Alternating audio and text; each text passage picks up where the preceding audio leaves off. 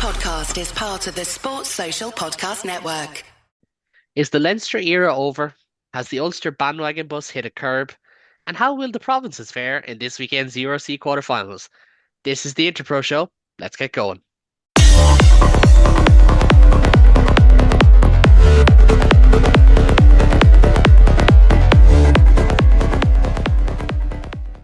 Hello and welcome to the latest episode of the Interpro Show, your home for all things Irish rugby across the professional, amateur, men's and women's game in Ireland. A reduced panel this evening as the lads take in the sunshine. If my camera is good enough, you might be able to see that I burnt my nose out in the sun today, as what happens when you're cutting the grass. But I'm sure David, who is alongside me, did not have the same issues. David, we'll talk about the rugby in a minute, right? We'll get to that. It's fine. How is the sunshine in Dublin? It's wonderful, yeah. No, it's delightful. I'm wearing this shirt in the hopes that if I do get burnt, at least I'll blend in. No, it's been great. It's Dublin's. It's not everyone's favorite city, but it's a different city in the sunshine. Especially when it's green now. So, there's like a queue out the door to in every Geno's. There's like three of those places on every street, and there's a queue out of everyone. I finally gave in on my way home from work yesterday. I got myself a cone, as you have to in this weather. I suspect there'll be at least one barbecue before the week is over. But yeah, no, it's gone pretty good. Long may it last, even though we know it won't. I mean, if that's an invite to a barbecue, I'd love to join you, but it's genuinely it's a fabulous week. It's in that stage where it's like, oh, it might be a bit too hot, but I don't want to jinx it because I think it's promised to rain tomorrow. It was definitely very, very hot in Bilbao. We're going to touch on the Leinster Bordeaux Champions Cup final. We'll start with that one. We won't really have time to get into Ulster, and because Adam's not with us, but we are hoping to do provincial season recap shows before the season ends. So we might do a little bit more on it there with Adam and with other Ulster guests. But yeah, majority of the show tonight focus on the URC, but we'll start with Leinster, who suffered further heartache and, by my reckoning, their biggest European knockout defeat since 2006 or 2007. So that really gives you a scale of it. And David, I had the word anatomy in my head because I was writing something, and the anatomy of this loss is unlike any other. And we discussed this during the week. It really is different. And as a Leinster fan, it must be like you kind of get used to the familiarity almost, and almost a level of comfort of losing one score games. But this was not that. No, no, it wasn't. Yeah, like it's I don't know. It's kind of hard to properly put it into words. As you say, like it had become a habit now. This is final number five in the time since our last win 8 years ago, and like every other game, they haven't all been one score. Technically, I think obviously we lost to Saracens by 10. It ended up being more than one score in against Toulouse, although to be fair, that game ended as a draw after normal time. But this was just like in sense of both the scoreline and the tenor of the performance, this was just so different. Like there's every other final before this felt the way a final should feel. It felt like two brilliant teams facing off against each other, and the result was decided by what ended up being relatively narrow margins. Luke McGrath opting not to kick the ball off the field just before halftime in 2019. Kieran Frawley inching the ball just wide of the post against Toulouse. You know, it was a game of they were all games of staggeringly narrow margins. Even Leinster's semi-final defeat to Northampton last year, as stunning as Northampton's display was, they were one different decision away from Josh van der Flier getting over in the corner and that result turning around. This wasn't that. This was one team showing up ready for a final and one team not. And it should have been a warning sign right from the off, that the very first involvement of Hugo Keenan when he took the kickoff, the response back, was he dropped the ball. He was under no pressure and it just went late. That never happens. Um, it was it was such a hard game to watch. And I was at the final that we lost against La Rochelle in the Aviva Stadium, where we had that lead at the start and we still managed to have it shorn away from us. This was I wasn't sure at the time, but this was harder because it any match you're in that it's not competitive, there's a hollowness to it. You can kind of take doing your best and giving your all and coming up short. It's hard to take, but it's fair. This felt like, even for the ease of the, say, the knockout draw, um, for all of that, it is still not an easy thing to get to a final. And there are loads of other teams in this competition that would have happily taken our place in Bilbao, and yet we showed up and we didn't show up. And it was both in attack and defense. It was a complete lack of it was a lack of intent, it was a lack of coherency, it was a lack of so much, and it's a testament to how much Leinster didn't bring. That Bordeaux, they shifted up into fifth gear maybe a handful of times. Penno's kick through. Um, Probably being a standout moment just in terms of this is what will happen if you give these guys a sniff. But like, I think it's really telling that we spent a lot of the week before discussing Louis Biabere because there was talk that he was on crutches and maybe he'll miss out. And everybody knows he's such a dangerous weapon. And he played well, but this wasn't a game where you like watch that guy because he's going to tear us open. Like he just played well. Like he didn't have to light it up. He didn't have to run it in from 70 meters. He didn't have to do anything particularly miraculous. He just had to play well. All of Bordeaux played very, very well. And that didn't result in them just winning. It resulted in them blowing Leinster away. So it it was, you could, I think some people have, and I kind of go back and forth on it myself, take some solace in the slight bit of fight back in the second half. And they go, oh, we won the second half and we scored tries. They didn't score tries. They took their points, which turned out to be a smart move because it just gave the scoreline that extra cushion. But they took the foot off because the game was already done. And I like it's hard to look at that game and take much positive away from it as an on-field performance. And I think it's very telling. We're coming to this now on Wednesday. Um, Loads of podcasts have already gone up, the ones that were recorded at the weekend, ones that have been recorded on earlier in the week. And it's very telling that all of the discussion points, and we might get to some of them later as well, are around the club and they're around the coaching staff and they're around the whole saga. Very little of it is talking about what went on the pitch because there's not that much to discuss. There were two teams on the team sheets, but there was only one team that really showed up, and it's the only time I've kind of come away from it feeling like, yeah, hollow, like disappointed not just in the result, but in us, and that's hard, and it's really hard because you as shit as I felt as a supporter and as shit as we all felt.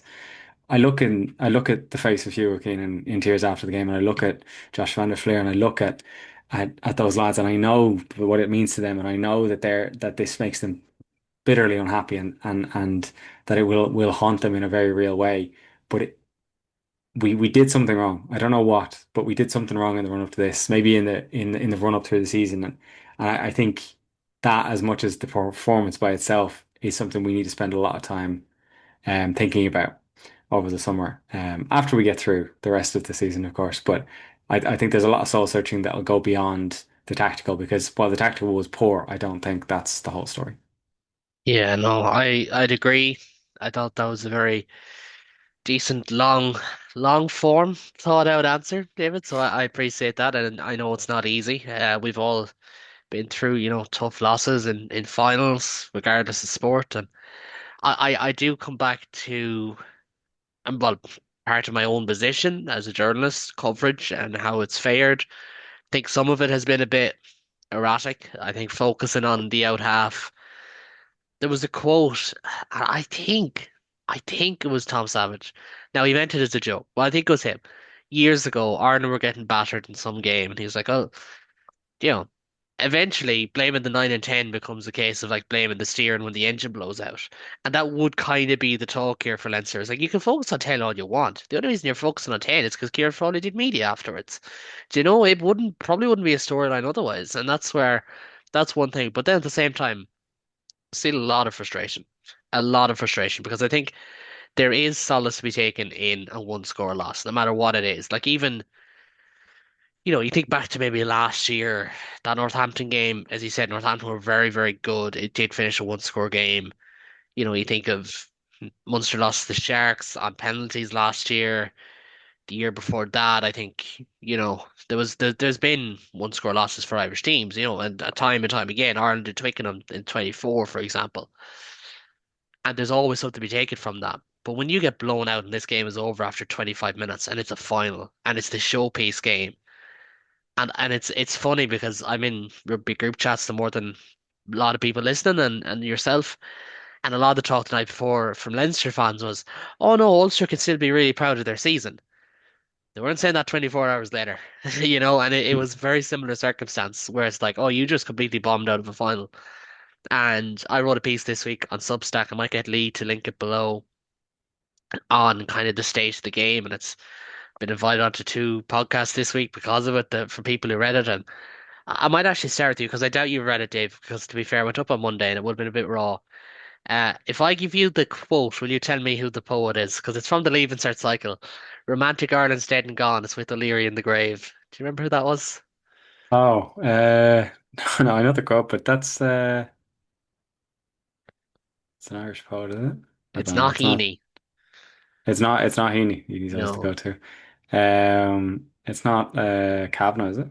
no, it's Yeats. Yeah, it's So that if you're into that sort of that thing, that old that old perv. Mm. that's the first line. I don't know if that is redacted, Yeah, no, but that is it. Yeah. that's the first line of the piece. But I just go on to outline. Like I genuinely think Irish rugby is underperforming. I think I hate using the term like celebrating mediocrity because I don't think we are. But I do think there's an element of like over celebrating things. Leinster getting to a European final is not good. It's the norm. A province getting to a Challenge Cup final with Ulster's budget, that's the norm. Semi-final at a minimum. Munster getting to the quarterfinals at the URC, bare minimum. As well, similarly. So I go a bit back and forth, and I'm quite strong in the piece, and I don't have it all in front of me. But I just think we've gotten into this cycle now where Irish rugby is falling, and no one really wants to talk about it. Now, some people do. But I think that's where sometimes you do have to look at this Leinster game and look at the future and look at the next 2 years and ultimately it's the bones of the same squad that lost to La Rochelle in 22 and 23. Like a lot of the key actors, it's still Porter, Sheehan, Furlong, McCarthy less so, but James Ryan, Doris van der Fleer, Conan, Gibson Park, a Burn at 10. It's a different Burn, but it's a Burn at 10. It's Henshaw, it's Ringrose. Lowe didn't play, Keenan did. Kelleher on the bench has been a mainstay. Luke McGrath on the bench is a mainstay. It's like, well, yeah, no wonder they kind of look like they're on their last legs. And like I do get a sense watching this Leinster side that yeah, they'll probably still win the URC, but as a European juggernaut, and regardless of what Leo Cullen said after Toulon, they are a juggernaut. I think they mightn't be anymore. I think we might be looking at the Bordeaux Toulouse era, and I'd almost go as far to say that if Bath or Northampton were to play Leinster next year, I'd probably back one of them to turn them over, to be honest. Now, this is in a hypothetical where they're away to both sides. That's probably not going to happen. But I would probably back one of them to turn them over. I genuinely think Leinster have slid back. And that's the cycle of sport. And maybe we did fool ourselves into thinking that they were this unbelievable team because they were starting to hit their straps in recent weeks. But ultimately, what sort of a test was it? What sort of a test was the Ospreys? Not so much. The Toulon game still finished as a 5 point game, regardless of how big your lead was. It still finished as a 5 point game. So it's a time for reflection for Leinster. I think it's fair to say it's a time for looking within, looking at leadership, looking at coaches, looking at. I know you see things like, oh, look at the comms, look at the fans, and that doesn't really matter ultimately. Do you know, like how you get your messages across to media and on socials has no bearing on the fact that you were 35-7 down at halftime. How many fans were in the stadium has no reflection of the fact that you're 35-7 down at halftime, ultimately. Um, but as a leadership group, as a coaching group, I personally wouldn't be surprised if we see one or two changes to Leinster's coaching setup this year. I like at this point, I wouldn't be surprised. I think with Obviously, there's a lot of focus on Leo Cullen, and we discussed this off air. He is more of a director of rugby. Like, does Jacques Nienaber just decide, do you know what, fuck this? Like, I'm getting pelters regardless of what I do, even if my own opinion is the Nienaber experiment has failed. If we said he was going to be there for 4 years and they'd get further and further away from a win every single year, you'd have been laughed at. Well, sorry, 3 years, three. He's in his third season. Um, so yeah, it's a weird one. It's a really weird one. I can definitely see changes at assistant coach level.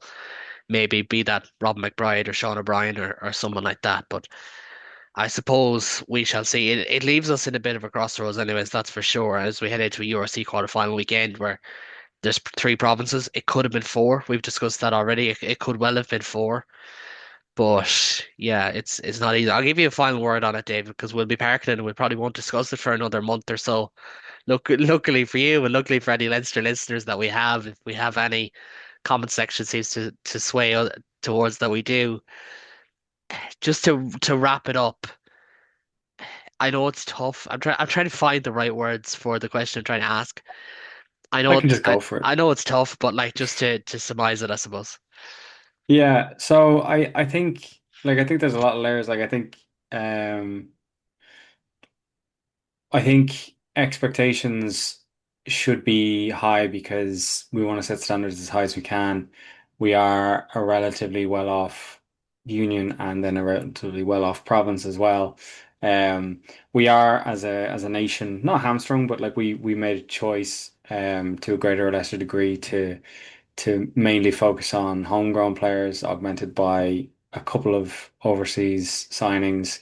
And there is movement between the provinces, but typically, if a player can play in the place they're born, they will choose to do. Those are all arbitrary limitations that we put on ourselves. So there's always going to be a certain level of constriction, and there's always going to be ebbs and flows to things. Nothing ever lasts forever, and sometimes, honestly, sometimes you need a bit of a dip. You need because if things don't dip, if they don't ebb and flow, it means they're not moving. If they're not moving, they'll stagnate, and that can be even more destructive. So a little ebb isn't the worst thing. And I kind of console myself with saying like if the lowest ebb we get is just losing a final badly, like there's so much lower it can go. Um, so that being said, I would agree.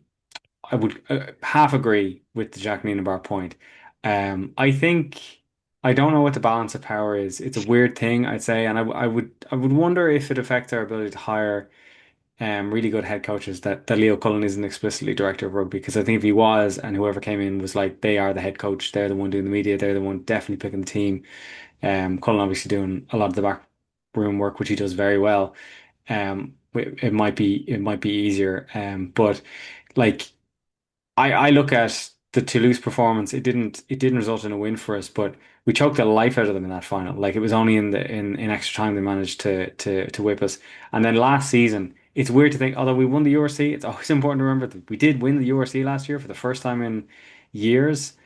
First time since the South African teams joined the competition.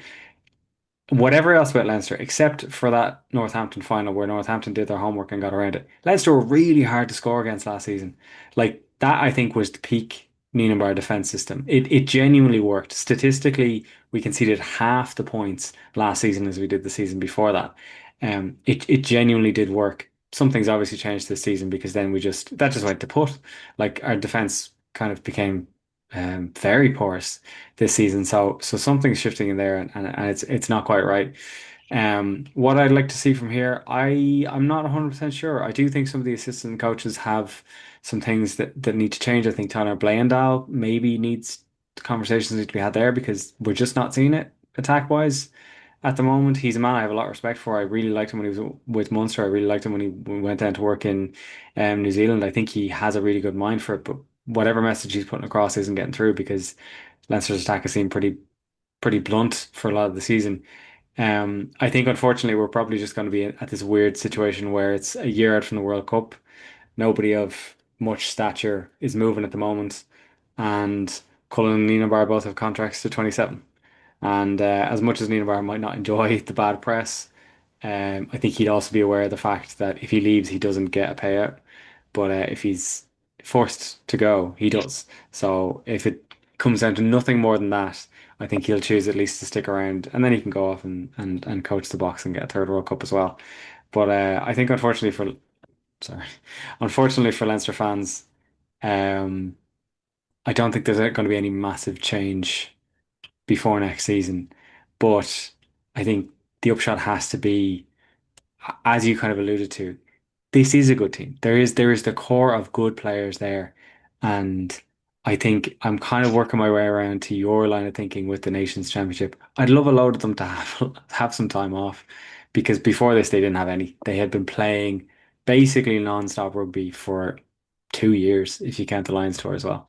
And that's just got to wreck your body. So, and your head. So, yeah, I think there's some lads who could do with a break. I think it's, I don't know. I'm hoping for a good weekend because I think, there's still season to play, in both the URC and the top 14, whatever your flavor is. And I'd like to see the provinces finish strong because it'd be at least nice, something nice to go into the Nations Championship. But I think it's a very long-winded way of saying, but I think change will not be as dramatic as people might like it to be, but I think there's probably reasonably good reasons for that. It will come. Cullen has been in charge for 12 years, as is the case with the Leinster Empire in general. All things will end. Eventually, they will, one way or the other. But I wouldn't be looking for massive sea change anytime soon. And also, I've said it before and I'll say it again. I am a massive fan of knowing who you're going to hire before you do any firing. 100% has to be. Yeah. Because otherwise, like I alluded to, there's so much further you could drop. There is so much empty space below you, you don't even know it. The ground is still a mile away. So yeah, I think you need to be a little bit sensible, but I think they probably will be. Yeah, like it's Leinster fans claiming that they're rock bottom. And to be fair, I haven't seen a whole pile of it. You see a bit, like it's like no, the ground is so much lower. It's like you Champions are, Cup final and second in the URC. Like could be so much yeah, worse, lads. it could be I so think much I think you worse. should really read it as a particularly the URC thing should be read. Now there's some of those games that like I'm like that was a joke, like we should have won that. But like it should be read as a real compliment to the tournament. Richie Murphy said it post their Montpellier loss. No team has ever gotten as many points as Ulster got this season and not qualified for the last eight. So Mm. it is a testament to a very, very competitive league.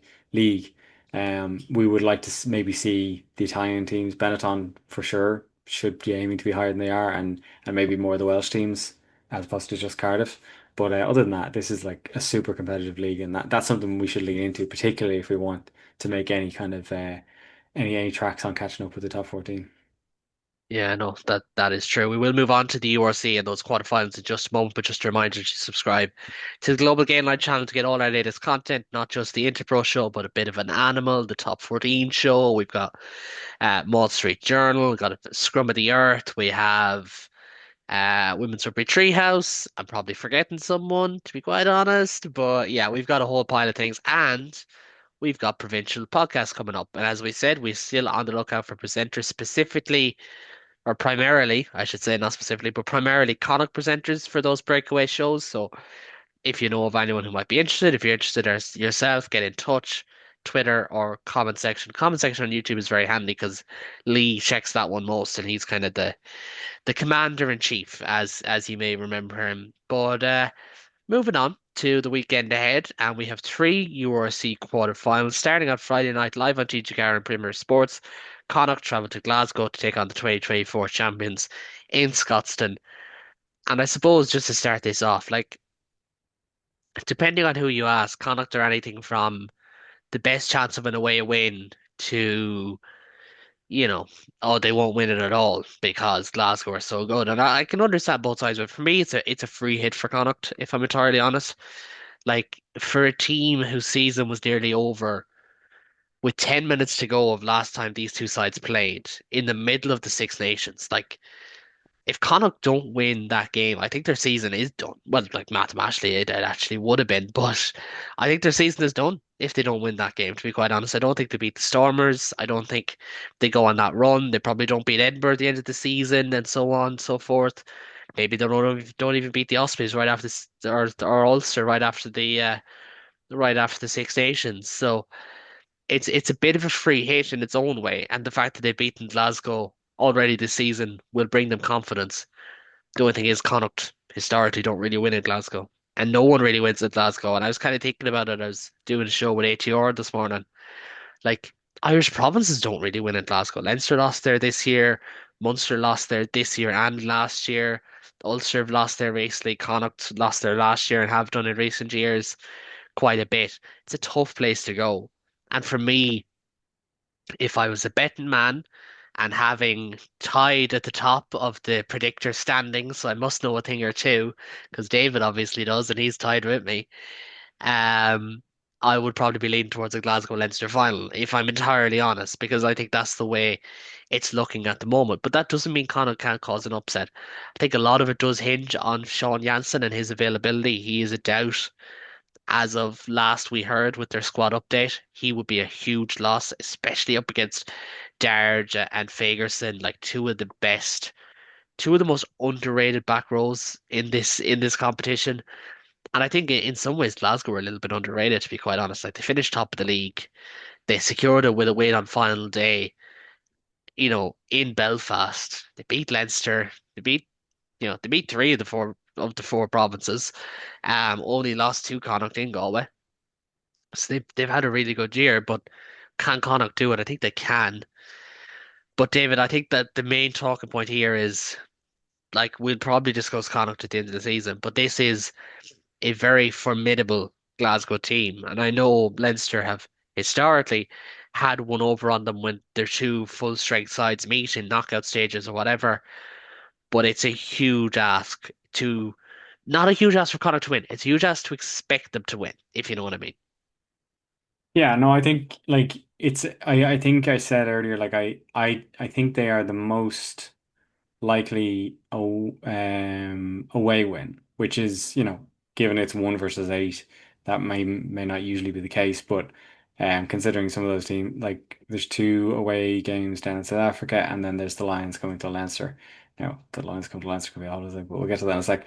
But I don't think I would equate Connacht being the most likely away win with favoring them to actually win. I still think it's probably in the balance for Glasgow. They're just a really good team. Like it's easy to forget because of how it ended for them, but like Glasgow beat Toulouse in the pool stages in Europe. If they were higher seeded than Leinster going into the knockouts. It should have been a home semi-final for them in Scotland against Leinster, and they'll definitely be hurting from that. That'll really piss them off. And they are former winners of this competition as well, so they know what it feels like to win. They put themselves in the perfect position to have a home run. I don't think you can really look past them as favorites, but I do think Connacht have probably the best. They definitely have the best chance of winning this game that they have had of winning one of these games in years, because they seem to have ironed out of their game what I've always kind of been concerned about Connacht, which is they just have an inconsistency. They just struggle to put things together week on week on week. I know it was a massive frustration of Andy Friend back in the day that Connacht would get up for Interpros and then just not be able to bring it for other games. They seem to have gotten past that now. I don't know if it's all Stuart Lancaster or if I know there's good leadership in that team as well. But like Edinburgh, I think I said it the week before that I was concerned for them because that was the kind of game that they should win, but in the past have found a way to lose. They didn't. They did exactly what they needed to do, and they did it looking pretty convincing. So, I do still think Glasgow are favourites for this game. I'd probably say it's probably around a 60 or 70% in Glasgow's favour, but like that's still the fact that Connacht are like even on maybe 40% chance of winning for me is earned, but as real sign of improvement for them. And I think, they'll obviously want to win. If they win, the world's their oyster. They are away the whole way through, but like it's such a hit out to just be able to keep being in this competition to a semi-final level. But I think it has to make their fans really excited for next year because as good as their end run in was, their start of the season was appalling. That's why they finished eighth. If they can bring the kind of consistency that they showed in the second half of this season to next season, look, they should be aiming for top four. But yeah, I think focusing back on this season, very strong possibility to have a very strong finish here. And I think even if they do lose, if they really put Glasgow to it, I think it's not the worst end to their season. I don't think it is at all. And I think actually be a really satisfying one. I think one from which they can look at a team and go, this is a team we're building. Um, and it's a team with a lot of positives going forward. They were the only province that would have come out of last weekend happy because they got to see their man, the boy who's gone west, Kieran Frawley, coming on at halftime and looking pretty strong. And they should be very excited by that. So I think it is a bit of a hit to nothing for Connacht, but I think they should just have the kitchen sink at it. And there's a very real chance Glasgow will have to be on it. If they're not, I think Connacht have put themselves in a position where they can take a massive scalp.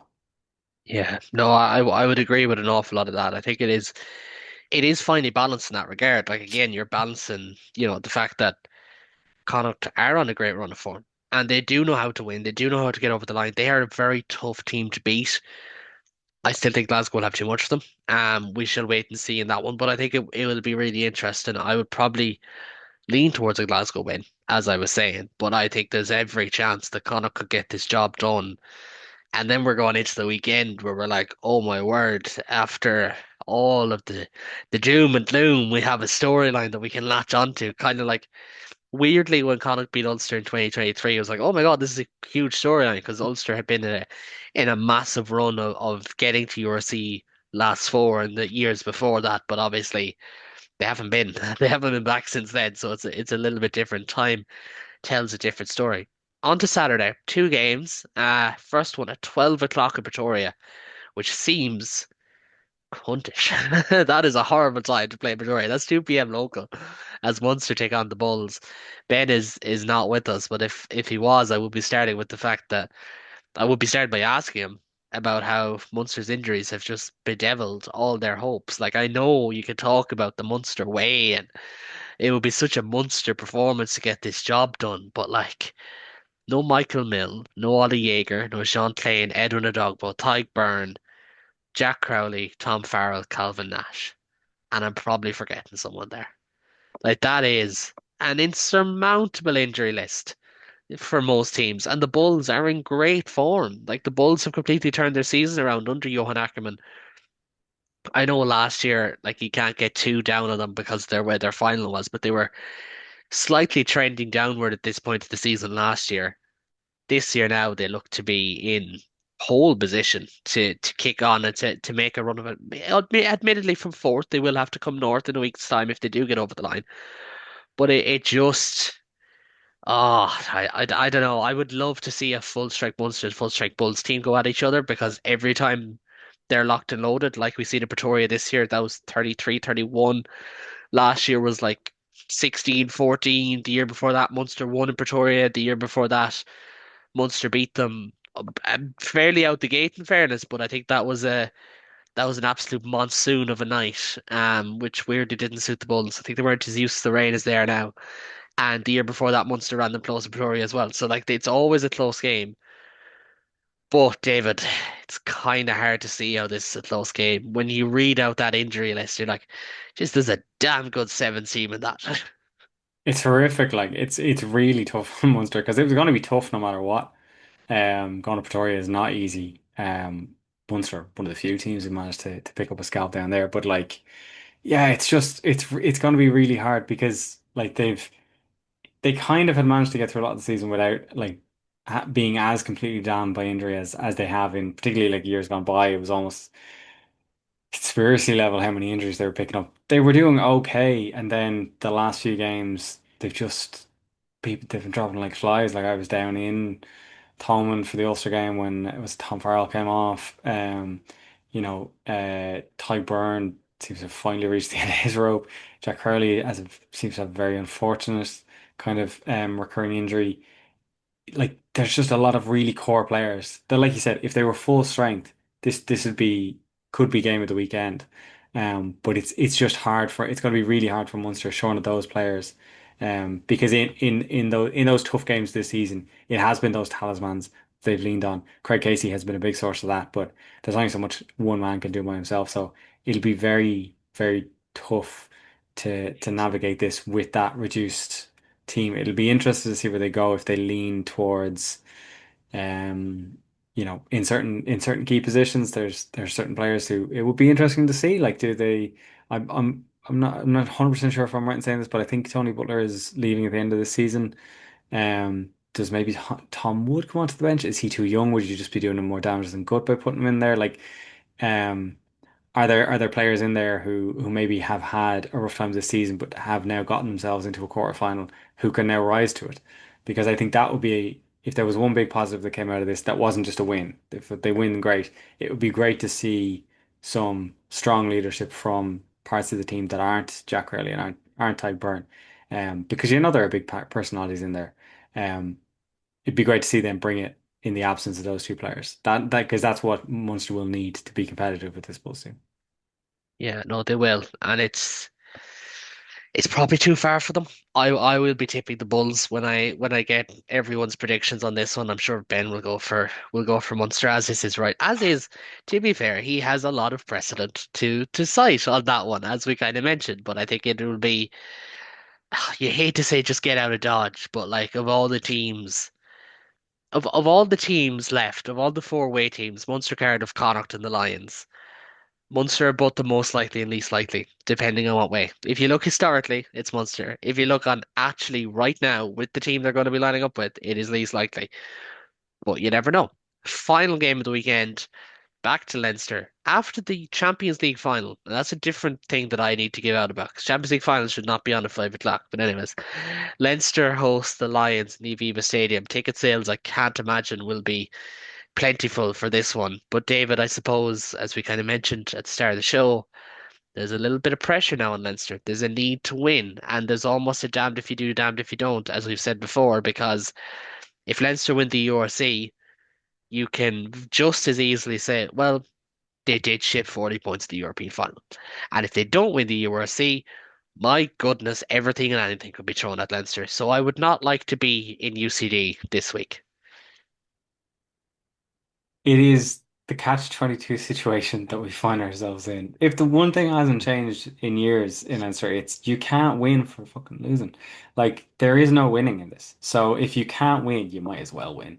Like if no matter what happens, the season will not go down in the annals as a as a bumper one. The way it ended in Europe is going to haunt and should continue to for a while. So if you're in that position, you might as well win the URC if you can. I hope that's the attitude the players take. I hope they see it as it is another medal. In the years to come, when you're looking back, you won't remember necessarily just how bad the European final was, and you certainly won't remember how patchy the season was if you come out at the end of it with a win. But I'd be lying if I said I wasn't very nervous. Like ticket sales, I don't know. It is a bit of a pain that it's on at 8 p.m. Like that's quite late. It makes it very difficult for anyone who's traveling. And probably it might rule out anyone who wants to bring kids as well. But last season, I felt like Leinster were saved by the fact that because they got their loss in Europe relatively early, I think we had two regular season games before the URC knockouts. And we kind of got it out of our system. Those weren't perfect, but we kind of got the kinks out and got the joie de vivre back. We don't have that kind of space this time. And I'd be very concerned about how low the team's mood dips. Now, it should be balanced by the fact that the Lions tend not to win in Ireland. They tend not to win up north, full stop. But as much as it is a lose-lose situation, to lose at home to the Lions in a URC quarterfinal is probably the only thing that could make this season actually work. So I hope that they know that. I'm sure that they do, but I hope that they see this as an opportunity to at least finish the season with something. Because like as you said, if they win the URC, people will still turn around and say, and rightfully so, that European run was still pretty abject, pretty suspect. If that's going to happen anyway, you might as well pick up a trophy while you're going for it. They have a good run in. They'll at least be at home till the final itself. Um, and yeah, I think they just have to kind of throw the kitchen sink at it and maybe go, we are good players. We are better than this. Let's go out on a high. Yeah, I would agree. I think for the other side of the coin before we finish up, I think the Lions are playing with house money. They've got a lot of injuries, Mm. that has to be said, but they've been up in the Northern Hemisphere for 5 weeks. They don't win in the Northern Hemisphere. Like historically, they don't win up here, No, but you never know. And this is the no. thing. I think if Leinster had won, we'd been like, oh, there's no fear of them losing. It's not going to happen. They're going to do the double. But sometimes, like this, there has to be a straw that breaks the camel's back. And I think for Leinster coverage, I think it was the Northampton game last year. And in how we perceive Leinster was the Northampton game last year. I think for the players, I don't think it has broken yet, that final straw, but it could. It could. Like, there's always a chance, and especially a South African team at their source. Now, I think Morne van der Berg is injured, and this probably gives their chances of winning to go down an awful long way because he is a proper nine. But I think ultimately there is a way to beat Leinster. Kicking well, kick transition, with the ball, kicking long, forcing them to attack from deep, which they're not really able to do, and not letting that defense smother you. And a great way of doing that is winning collisions, which Bordeaux did very well, and I think the Lions have the capability to do. But do I think they will be able to get over the line against the Leinster team who will be wounded and unhappy and pissed off and all those things? I don't. I don't think they will Yeah. have enough, to be quite honest. Gonna run back through it. So call it then. Connacht against Glasgow.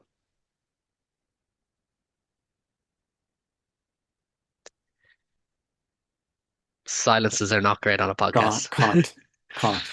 You're going Connacht. Fair enough. Bulls against Munster. Bulls. I think that makes most sense. And Leinster against the Lions. Leinster. That's fair. For the sake of argument, I'm going to go with Glasgow because for the sake of argument, beat me or helped me last week because I Good. predicted both French teams and I managed to tie things up in the predicting standings. So I think it's only fair.